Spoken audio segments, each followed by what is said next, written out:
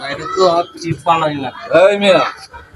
এটা লিখে আছেন না একটু সামান্য লিখ আছে ফুল লিখ আর এটা কি করছেন টান দেয়া এই যে আমি টিউবার টান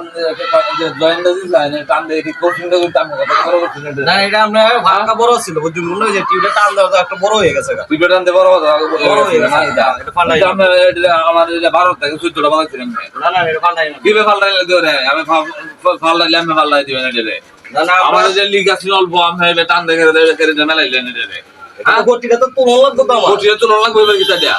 তুলন লাগতো না গটি দেয়া তুলন লাগবে সুলতান আস্তে আস্তে সুলতান না রাখো আগুন ধরে যায়